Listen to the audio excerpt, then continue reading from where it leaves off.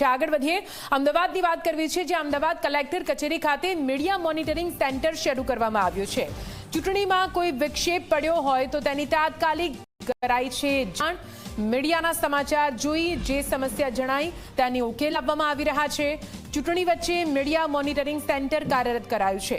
EVM ખોટકાયું હોય કે પછી મતદાતાઓને મુશ્કેલી પડતી હોય તો તેના પર પણ ખાસ નજર રાખવામાં આવી રહી છે। ચૂંટણીમાં કોઈ પણ પ્રકારનો વિક્ષેપ પડ્યો છે તો તેની જાણ કરવામાં આવી રહી છે।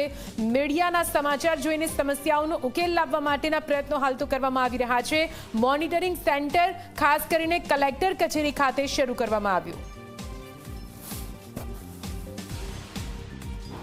અમદાવાદ મહાનગરપાલિકા, અમદાવાદ જિલ્લા પંચાયત અને અમદાવાદ જિલ્લામાં યોજાઈ રહેલી કેટલીક તાલુકા પંચાયતની ચૂંટણી સંદર્ભે અમદાવાદ કલેક્ટર કચેરી ખાતે મીડિયા મોનિટરિંગ સેન્ટર શરૂ કરવામાં આવ્યું છે।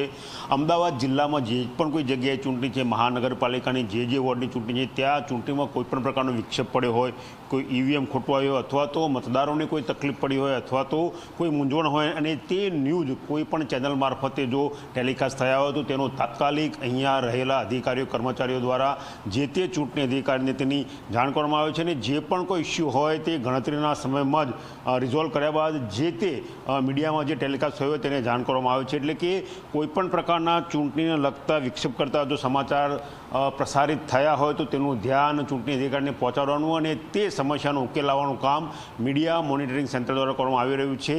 આજે મતદાનના દિવસે રાઉન્ડ ધી ક્લોક આ સેન્ટર કાર્યરત રહ્યું। આ સિવાય જ્યારે મતગણતરી થવાની છે તે દિવસે પણ આ જ પ્રકારની વ્યવસ્થા વિભાગ દ્વારા કરવામાં આવેલી છે।